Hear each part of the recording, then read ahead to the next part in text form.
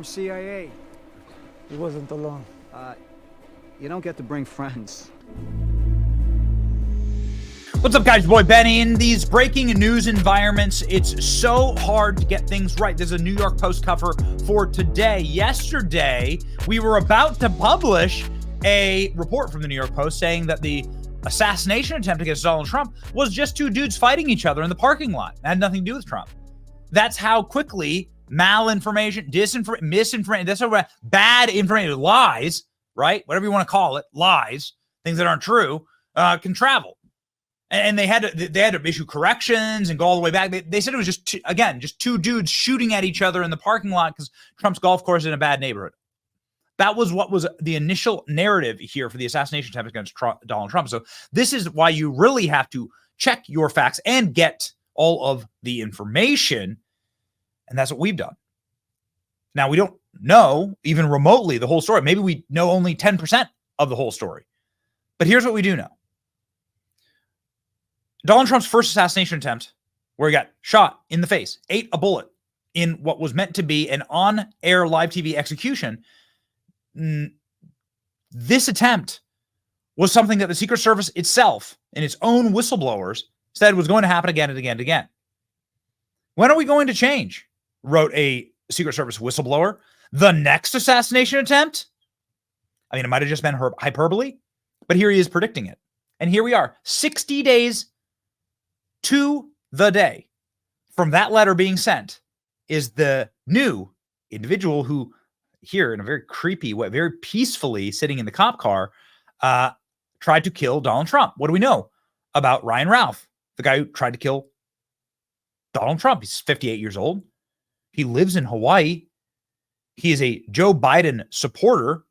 He has Biden-Harris stickers on the back of his pickup truck.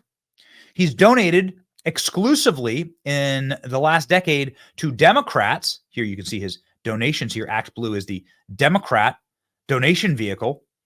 He wrote fantasy fiction. I guess you can't really call it fiction because he tried to kill Trump, about killing Trump, asking foreign nations to kill President Trump. He was obsessed with foreign nations, by the way, dyed his hair the color of the Ukraine flag, traveled to Ukraine multiple times.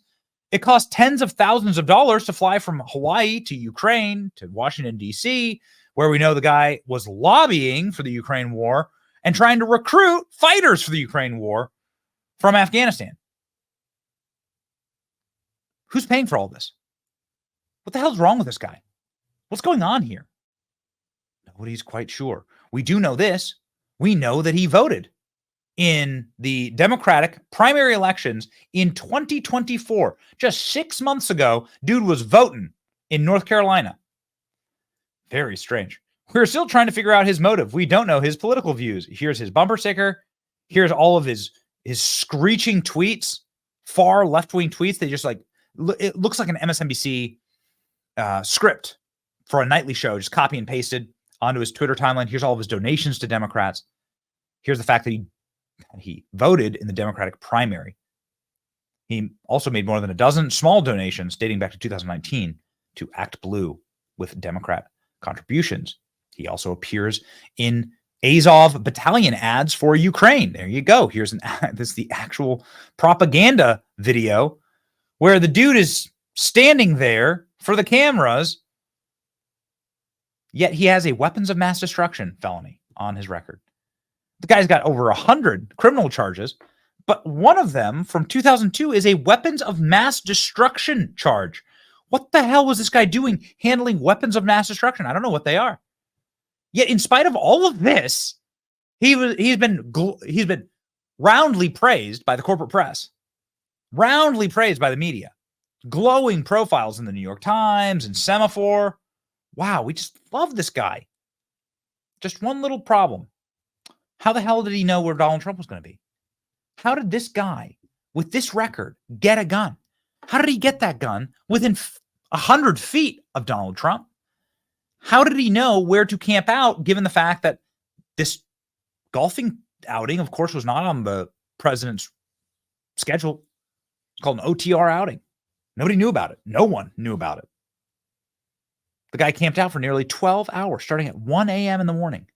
He was that certain that Donald Trump would be there and would be exposed. Well, it's interesting in times like these. There's this account that was at the top of my feed this morning. Ian Carroll is the account owner. He's got a good following here, 647,000 followers. He has a clothing company, right? And he does videos exposing globalism, he says here. And he just wants to seek the truth. And he has this video up that's done huge numbers, so I think it's worthy of conversation about. 3 million views, 25,000 reposts.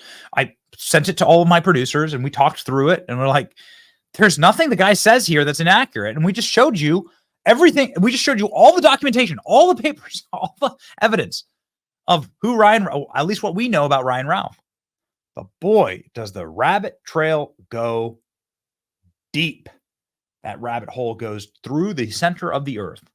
Have a listen to Ian Carroll talk about the strange connection between Ryan Ralph and the CIA. So the new Trump assassin just dropped, and there's some spicy details already. Ryan Ralph, very strange guy who's lived a very strange life. And this time, the internet was wise and archived all of his socials as much as possible before the FBI took it all down. So here's some basics on what we know about him, and one really interesting rabbit hole about who he might be. Right off the bat, though, it's super early. This is all speculative. Take your time, pump the brakes. We're just digging through dirty laundry. We don't know what sticks yet. But this guy is a private American citizen who traveled to Ukraine on his own dime, to help recruit civilian soldiers to fight for Ukraine and Afghan special forces he was recruiting on his Facebook page. Here's an archive of all of his tweets that look pretty damn automated to me. They pretty much all look like this.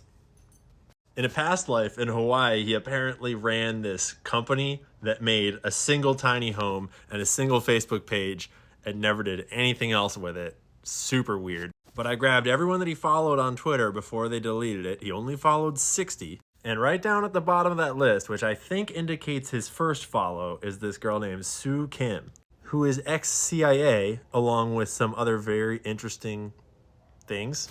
Now again, reminder, this is just speculation, digging through Twitter dirt. Maybe this chick is just a wonderful, patriotic person that's helping America. Who knows? But her account is private, meaning why does he follow her?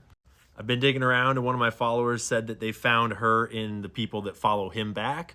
I have not been able to confirm that for myself because they took the account down. If you've got a video of the 1.2 thousand followers that followed him, that would be great to know. He says that she was at the bottom of his followed list, meaning that she followed him right when he made the account. That would make sense, seeing as she's at the bottom of his following list of who he follows too. I mean, every asset needs a handler. And when you go through some of these other affiliations here, you get what is essentially the CIA training grounds at Johns Hopkins University.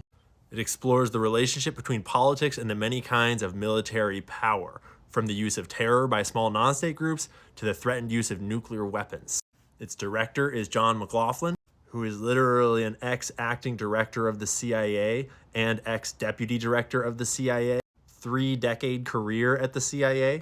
David is third on the list of people at the top of this institution at the university. 30-year career in Army Special Forces, various special operations, invading various countries, as well as Operation Enduring Freedom. You get the idea. Anyways, Rand Corporation. That's a military industrial complex think tank, kind of like the Atlantic Council. And LMI org. Yeah, that's like a military industrial complex education and training program as well.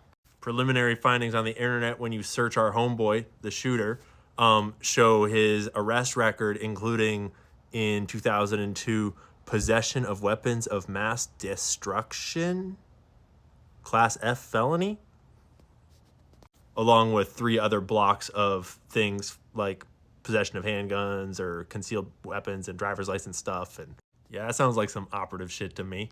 But again, we don't know any of this yet. We're just digging through dirty laundry on the internet. It's hard to tell what's real.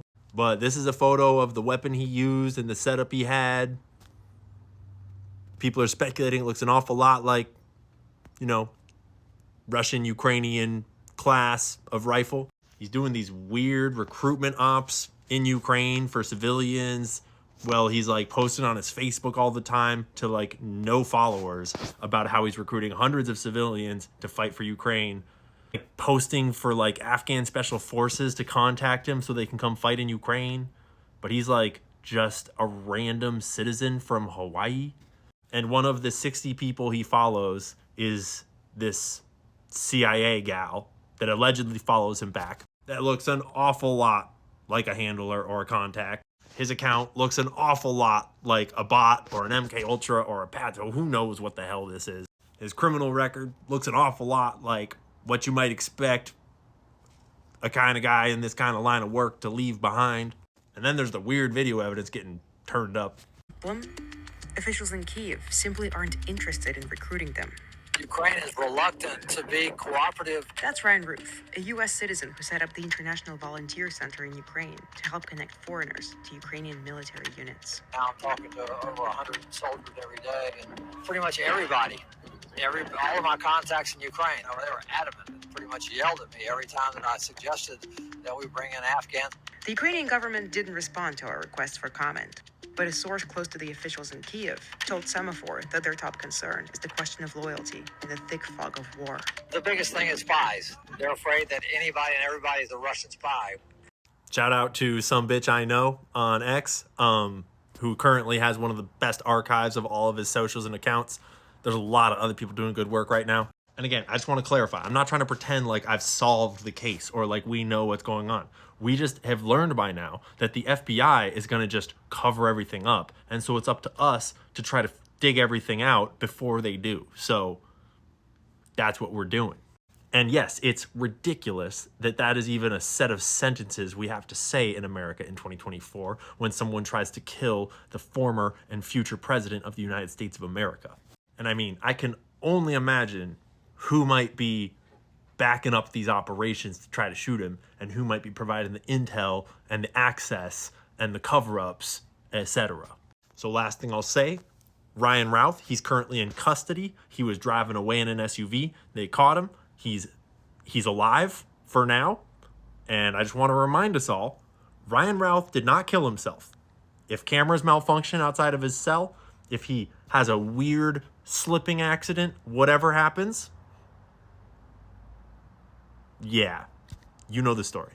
50 more days, my money's on at least one more attempt before we get there. So stay frosty, because the war machine desperately needs the wars to escalate, and they're not down with the MAGA Maha folks shutting down the wars.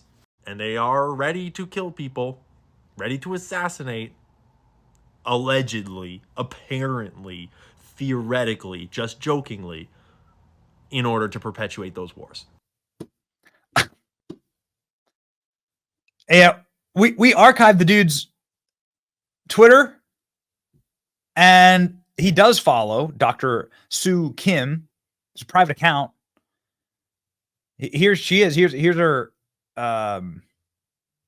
page on lmi.org, whatever this cutout is. Policy practitioner, thought leader, national security, defense, homeland security, intelligence community. 7 years as an East Asia analysis for the CIA, served as senior official, National Security Council, Office of the Secretary of Defense, Department of State, other agencies, management consultant to the Department of Homeland Security, sued by senior level leaders, strategy and implementation. Ooh, she advised. She taught classes. She works for the Rand Corporation. Okay. She assessed the federal government and private foundations. Oh, yeah. Okay. So how are we spending money? What are we spending our money on? How is the blob spending their money to make sure that they are getting their money's worth? There you go. Real person. I mean, at least as far as we know. Strangely, one of the very first follows by our shooter. Why exactly? Why? That is tantalizing. Boy, I hope we get a subpoena for Dr. Sue Kim. Maybe she knew Ryan Routh and would be able to give some information about who he was or is and what this person who's still alive, as far as we know, was doing with this very sophisticated setup 12 hours before Donald Trump was on the golf course, ready to, well, make history, right? Had the GoPro running and everything. Yeah, I guess we'll find out, ladies and gentlemen. I guess we'll find out. Or will we? We're going to do our very best on this channel to not let this story die, to continue to ask questions until we get answers. And, well, that's our job around here. Like, share, and subscribe. It's your boy, Betty. See ya.